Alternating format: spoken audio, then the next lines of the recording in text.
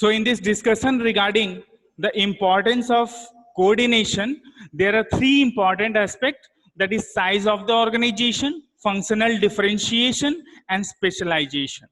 These three elements makes coordination the most significant and most essential element of management function. Later on, we will proceed with the discussion regarding the management of 21st century, which is the last part of the very first chapter. In this, we will discuss about the what is the role of a global manager, who is a global manager, and what are the different aspects, different roles, different areas in which a global manager will have to focus, will have to forecast themselves. So their skills, their talent, their knowledge is to be utilized, is to be adopted in making themselves a business leader, a perfect business leader. Secondly, you can see they have to build or be in a capacity of functional manager. The portion is not visible to you due to limited screen area. So you can go through the textbooks or the materials, you can find out the points there also. So the role of the global manager is the role of a business leader, is the role of a functional manager, and the last is he's a country manager as well. So we are going to discuss these points in details, and let us wind up with the first chapter and then we will proceed with the second chapter. But as per my previous commitment, I had told you that we will discuss at last regarding the management as a science, management as an art, and management as a profession in the very next lecture. And then after we will proceed with the second chapter. So let us start with the lecture today itself regarding the importance of coordination. So far, the importance of coordination is concerned, as I told you, there are three essential and important elements.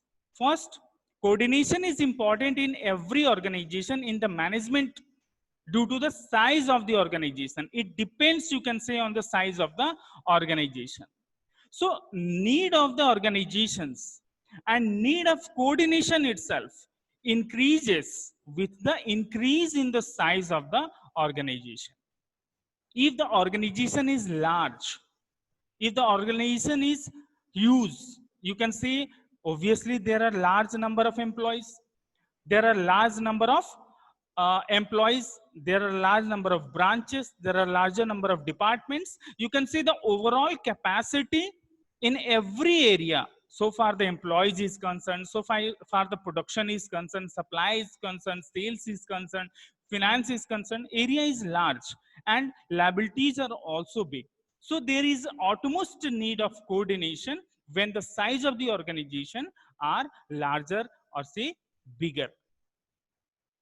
When we are talking about the large scale organizations, in the large scale organizations, the number of employees are more, and each individual, we have discussed this point in our previous lectures also, remind it and recapitulate it. If the scale of the organization is large, obviously there are larger number of employees. And if the employees are larger in quantity, so it is obvious that every individual worker or every employee of the organization has his or her own personal needs and objectives. So there is more need to bring the unity. There is a need to synchronize the efforts of the employees, to unite and integrate the effort of the employees towards a common goal, towards the goal of the organization, towards the prospects of the organization, so that the organizational prospects will be accomplished, will be fulfilled, and every employee will be also capable to accomplish their goals, fulfill their goals, and fulfill their expectations as per the requirement. Rajmani Gupta, please mute your mic. Don't talk while I teach in the classroom. So now employees are larger in number, employees come from different backgrounds, employees have different type of needs Some have financial needs, some have psychological needs, some have need of status. That is a different aspect. We will not go in details. That will be taught to you in the upcoming classes, upcoming chapters. But in a brief, when the employees come from different background, obviously the need vary from person to person, and there is utmost requirement to unite the effort, to integrate the effort, to bring together the effort of the employees towards a common goal. So here the employees although have their own individual objectives, but for the sake of the organizational efficiency or for the efficiency of the organization as a whole, it is very important to harmonize, to neutralize the individual goals and organizational goals through coordination. So coordination is the only way that can unite the individual objective as well as the organizational objective. So here the organizational objective and individual objectives both need to be united, and this unification, integration of the efforts is only possible, and organizational goal could only be attained if and only if the coordination exists. So you can say in the absence of coordination, no organization, if it is a large scale organization, can survive, sustain with efficiency and effectiveness, and no results, no output will come to the organization in a fruitful way, in an expected manner. So far, the second point is concerned, functional differentiation. So here, the functional differentiation represents or relates to the functions of the organization that we have already discussed. We discussed that there are major functions like planning, organizing, staffing, directing, and controlling. So these are the different functions of the organization, and these functions are basically divided into different departments, in the form of departments, in the form of units, in the form of sections, in the form of divisions. And each department, each unit, subunit, whatever it is, has to work in an isolation, in a separation.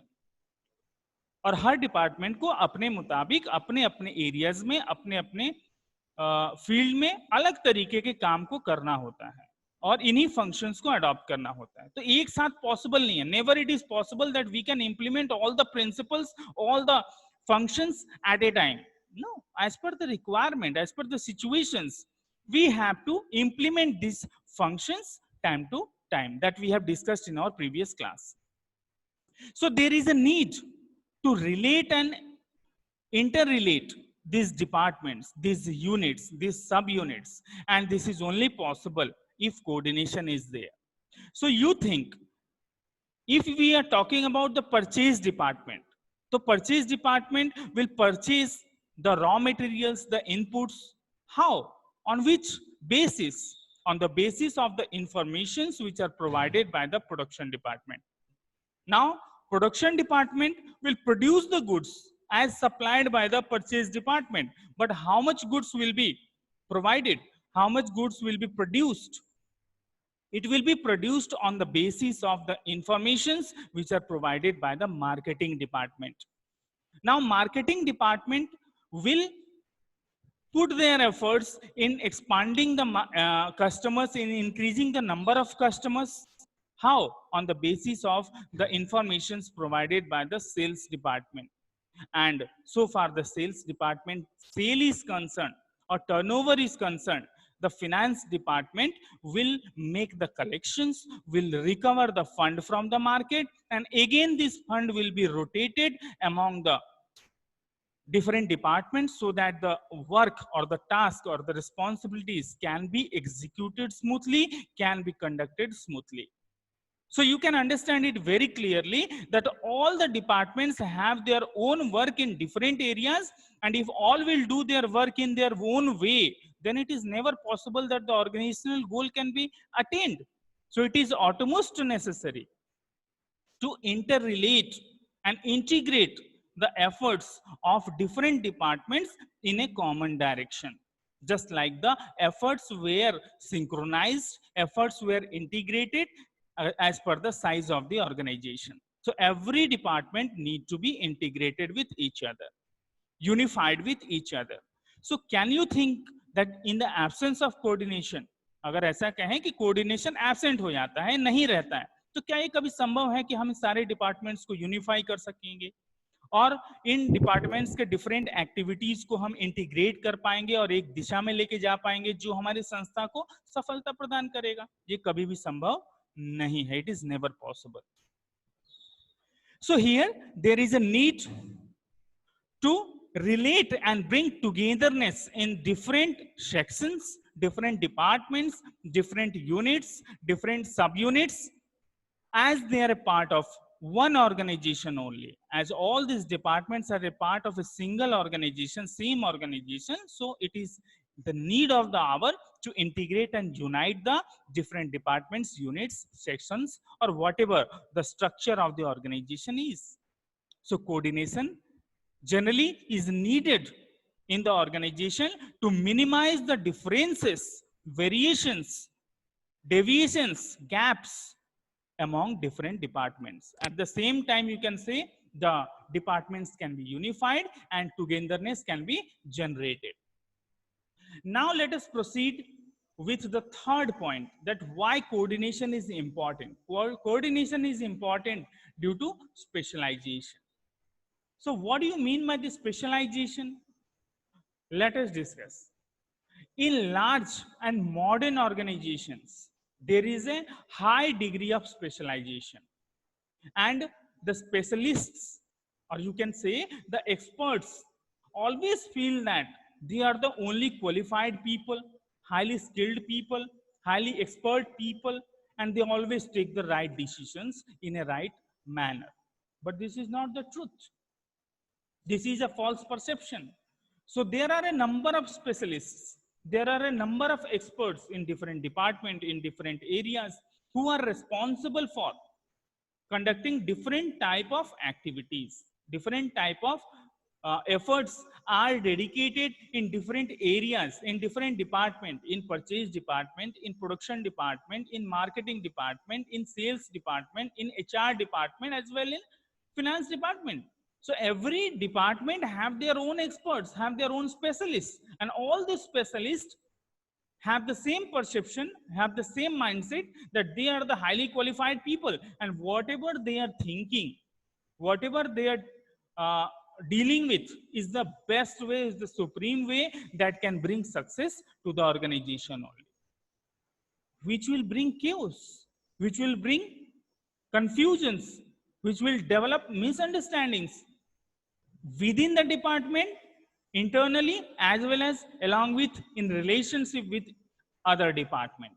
So there are a number of specialists who are working in the organization. If all of them work in their own way, in their own will, according to their own will, so it will result to chaos and confusions. So finally, we can say that there is a need to coordinate the activities of whom? Of the specialists, of the experts, of the highly skilled people, of the expertise persons working in different departments in a common direction. For what? For getting maximum benefits, making maximum returns, for creating maximum returns for the organization, so that the organizational goal could be fulfilled and organizational goal could be attained in a most supreme way, in a most prosperous way. So from these 3 points, as per the size of the organization, on the basis of the functional differentiation, on the basis of the specialization, we can say these are the 3 different areas in which unification, integrity is utmost necessary. And integrity will only come in a large scale organization if coordination is present. In different departments of the organization, if coordination is present, it can bring unification in the organization among the specialists, among the expert people working in the organization in different departments, in different areas, with involvement of coordination. So coordination cannot be neglected. Coordination cannot be avoided. Coordination is the only way which brings success, which brings benefits, which integrates the efforts, unites the efforts of all the employees, all the departments in a large scale organization. In the absence of coordination, resultant will be zero. Or you can say there may be a resultant, but that will not bring benefits to the organization as a whole. So coordination is important. These three aspects, these three pillars makes the coordination most important thing. Now we are going to proceed with the last term to be discussed, last topic to be discussed, that is management in 21st century. What is management? We discussed in details that management is a art of getting the work done through others. Management is a way through which we can let the work done through others. In other words, what is management? In a developed way, technically we can say that management is a process. Management क्या है? एक process है जिसमें क्या है? तमाम functions हैं. कौन से functions हैं? Planning, organizing, staffing, directing, controlling, and coordination as well, which is an integral element of every function which are adopted time to time to bring success to the organization, to let the work be done by others in different departments in overall organization with efficiency and effectiveness. So here these three elements are important, and management is an important perception. So this is about management. But what is this management in 21st century? The management in 21st century is a global management. आज के इस management को हम लोग क्या कहते हैं? Global management कहते हैं. So as today the whole world is a global village. आज का पूरा वर्ल्ड क्या है? एक ग्लोबल विलेज की तरह काम कर रहा है. क्यों? आपने 11th में पढ़ा होगा. LPG, liberalization, privatization and globalization. So this has brought the entire world just in a village. An entire world has become a global village, and here you can trade at any stake of moment, make purchases, make sales within the country, within the state, within the district, across the country. So there is no limitation, there is no restriction of the boundaries of a country, of a territory. You can trade within and outside the country as well at any stake of moment. So exchanges have become possible. So now the dimension, now the area of this management system has also increased. So we are saying that the whole world has become a village where the countries are exchanging what? The technologies, the goods, the services with each other. For what? For generating profit, with a profit earning motive. Such exchanges of technology, goods, services are done, are managed to generate profit, to create profit. As profit is the only means through which the survival of the organization will become possible, and growth and expansion of the organization will become possible. So in the absence of profit, nothing can be done. No profit means no survival, no growth. The company will come to an end. So profit is the major prospect of the organizations. So although we are talking about the management of the 21st century. So here the entire world has become a village, and the companies are capable to deal with, to sell their goods and exchange their technologies, services within the country, outside the country, at any stake of moment. So here the managers who are responsible for handling the companies in the global market are known as global managers. So here the managers will not have to work or handle their skills and talents for handling the company and internal affairs only. No, they have to face challenges, they have to face the uncertainties, risk. They have to bear the risk in order to bring profit, survival, and growth to the organizations. So now the manager is not only a manager in 21st century, they are considered to be a global manager. So I told you in the beginning that there are 3 points to be discussed here. So here the role of a global manager. What are the roles? What are the aspects? What are the efforts that are dedicated, that need to be dedicated by a global manager in different areas? So the first, let me tell about the global manager. Here the global manager has to play multi-dimensional role, multifaceted role. बहुमुखी होके उसको अपना प्रतिभा को दिखाना पड़ता है. They have to play a multi-dimensional role. By how? By combining their technical skill, hard skills and soft skills. Whatever their talent is, whatever their skills is, whatever their experiences are, they have to combine their efforts, combine their skills in a best possible manner, and they have to organize, analyze and motivate the people at international level, because they have not only to trade their goods and services within the country, they have to conduct their business, they have to let their business to expand across the country as well. So now the role of a global manager is the most significant element of today's management. Now if you are thinking to become a manager, then it is not true, or it will not be true to just think it so lightly. You have to inherit all the potentials, all the capabilities, all the skills of a global manager, because you have to face the challenges. You have to be so much expertised, skilled, talented and highly qualified, so that you can handle the resources in a best possible way, which can bring success to the organization, which can let you prove to be the best playing the role of a global manager.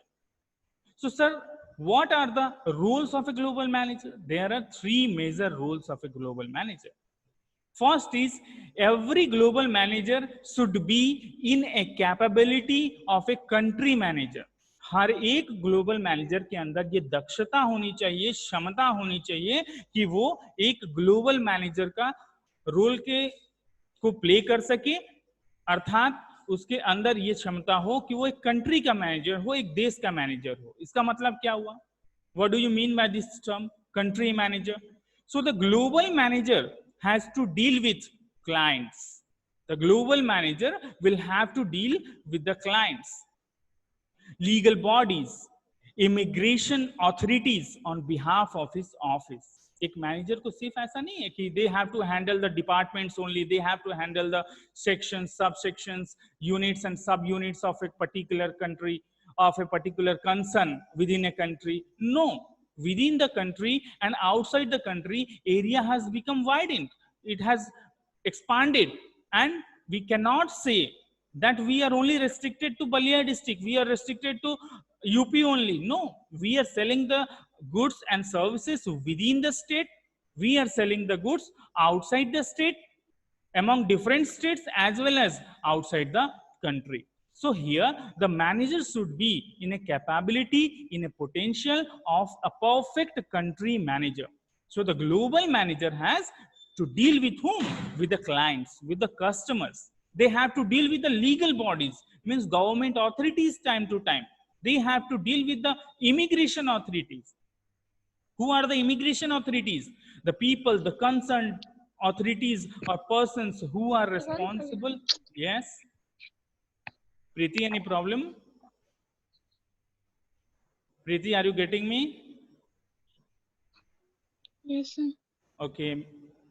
So the managers, as they have to deal with the clients, they have to deal with the legal bodies. Legal bodies means government intellects.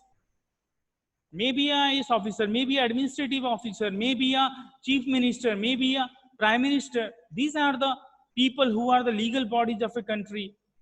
So as we are running the business as a manager, as a concern within the country, so we have to follow the legal formalities, rules and regulations of every country.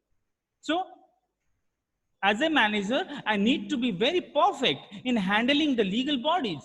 I must be very perfect in handling my clients.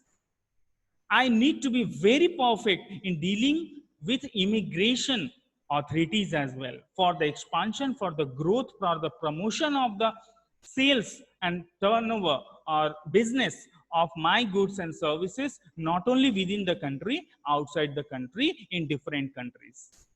So this is the role of a country manager. This is the first and primary role of a global manager, that he must be in a capacity of a country manager.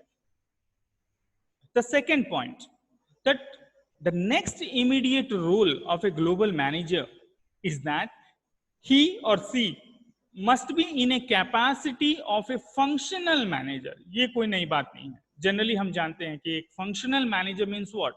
Who is capable, experienced, skilled to handle different functions within different departments or within the organization. You can say a perfect person who is capable of handling the resources within the organization for the achievement of the organizational goal, for completing the projects, for implementing the updated technologies, adopting it, implementing it, and giving results to the organization at national level as well as international level. So this is the second quality, second role of a global manager, that he or she must be in a capacity of functional manager. So functional manager is the manager who has to select the right technique, right resource, softwares, technologies, tools, equipments, perfect method of production, perfect procedure of production, in order to complete the task with efficiency and effectiveness at national and at international level as well. So those people, those intellectuals, those specialists and experts who are capable of conducting different functions with efficiency and effectiveness, who are capable of handling the resources in a most appropriate manner, suitable manner for the achievement of the organizational goal, they are considered to be the functional managers. So they must be in a capacity of a functional manager. So first was the global managers must be in a capacity of a country manager. They must be in a capacity of functional manager. And let us proceed with the third point, third role of a global manager, that is they must be in a capacity of a business leader. Business leader. So the global manager has to make many changes. The global managers, the specialists of the organizations, have to make many type of changes in the organization. Necessary changes time to time are made by the experts, by the managers of the organization. So they must always keep in mind, the trend of the world. They must always keep in mind the trend of the world, which is required for, which is the requirement of outsourcing. So nowadays you can see that if company is overburdened, if company is over pressurized, mostly it happens in the multinational companies of the European countries, that when they are overburdened, then they reduce their work, and that part of the work is handed over to some other countries, to some other concerned companies of different countries like India, like Sri Lanka. So here BPO, KPOs, these are the outsourcings, call centers. They handle these jobs, which decreases the burden of those companies which are overburdened, which were not able to run efficiently and effectiveness. So liberalization is done. I mean, the employees are given free time so that they can focus and forecast their efforts in the right direction. They can dedicate themselves, they can become free, and their devotion towards their work or efforts dedicated by them towards their work can be given in a most absolute way, most perfect way, which will bring success to the organization, which will bring beneficial results to the organization. So you can say that all these managers who are considered to be the global manager must be a perfect leader. They must be capable of making the changes accordingly, which will bring success to the organization, but they should not be uh, ignorant regarding the trends and the requirements of the outsourcing. As per the trend, as per the uh, uh, uh, you can say the requirements of the organization, they must be capable of implementing the changes, adopting the changes time to time, which will bring success, which will bring positive results to the organization as a whole. So this was the role of a global manager, in which a global manager has to be capable as a country manager, as a functional manager, and as a business leader. All these three characteristics, all these three roles makes a manager a perfect manager or a global manager in the 21st century. So today's management system is very typical, very complex, and here the experts will have to prove themselves in the changing environment, in the dynamic environment, and they have to put their efforts in a best way. They have to prove themselves to be the best global managers. Then only the organization can be capable of generating the profits, their survival can be safe, their growth and expansion could become possible, and the success will come to the overall organization. This was all about the discussion in for today's lecture. So you have remaining 5 to 6 minutes. If you have any doubt, you can ask me. Students, unmute yourself. Yes, sir. Unmute yourself, everyone. Mithika, Nivedita, Ritika, Jessica, Preeti. Yes, sir. So you have any doubts, you can ask to me regarding this chapter. In the next class, I will discuss regarding No, the sir. No doubt. no doubts. Preeti?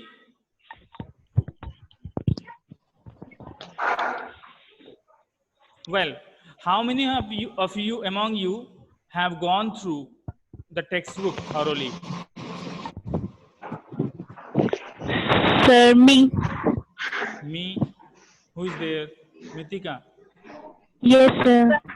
Okay. And rest? Sir, me too. Nivedita. Okay. And further, anyone else? Sir, me, Kavya. You are telling me truth or just making a bluff? Good, sir. Oh, sir. So one thing, nice to listen that you have gone through the textbook. If not, then arrange a textbook of NCERT. Read it multiple times, twice, thrice. How as many times you will go through the textbook, you will come to know about new things. You will go in depth, and you will be able to better understand the concepts, the perceptions of management. It is very complex. It is very technical.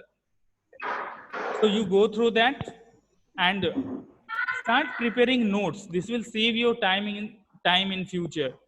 Later on, you can also prepare the notes, but if you will continue to prepare your notes right now, then it will of course save and support you, and this will improve your knowledge as well. This will make you provide you an opportunity to raise questions. If doubts will come out, then you can communicate with me, you can get it clarified. Do the same. Almost our first chapter and second chapter is over in WhatsApp, but still then we are continuing it in the live class here. Doesn't matter, you are getting a second chance. So don't waste your time, take it seriously. Time is running very fast for you in class 12. Already you have already spent April, May, June, 3 months. So out of 11 months, 3 months is gone, 8 months is with you. And we are not sure Yes, that sir. the syllabus will be same or it will be reduced. There is no such instruction information. So till now, everything is same as previous year's syllabus. So be serious, be cautious regarding your studies. Take it seriously. Go through the book multiple times. Arrange APC book, Bull's Eye, APC Bull's Eye. There you can just go through the case studies of this Yes, chapter. sir. Hmm. Uh, So try to purchase the new print because it will help you. Old book is also sufficient, but still then you will get new ideas, new type of questionnaires in the new print. So be uh, just familiar with the new one that will be supportive to you. So you have no questions to ask. Yes. Sir, I have the fourth edition 2019-20. Sir, Okay. Not a problem. Previous year book was, although it was satisfactory, there is no other book in business which you can prefer and rely upon. This is the only book you can trust, and questions are frequently coming from this book only. And lot of questions, sufficient questions are there. Near about 150 questions you will get, short question and long question from each and every chapter. So go through it thoroughly. Try to just go through each and every question multiple times, 3 times, 4 times, 5 times. Once you will be habituated with the questions, this will support you and this will boost up your logical level, where you could be able to understand what type of questions are frequently coming or what type of answers are needed to be written in this particular question. Getting me or not? getting, sir. Okay, so prepare the notes, start making the notes. Don't make shortcut. Let the note be very lengthy. And first chapter note, if you will prepare with honesty, it will not be less than 50 pages. Mind it. And you are not the first student who are going to do this. Every Yes, year, sir. yes, every year the students are preparing because they have to show these notes in their practicals. So be serious and go through the text seriously. Let us meet in the next class. Further, once again, I am asking, no doubts? Yes, voice is not clear. Okay, then see you in the next class. Thank you, sir. Thank you. Thank you, sir. Thank you. Thank you, sir. Welcome.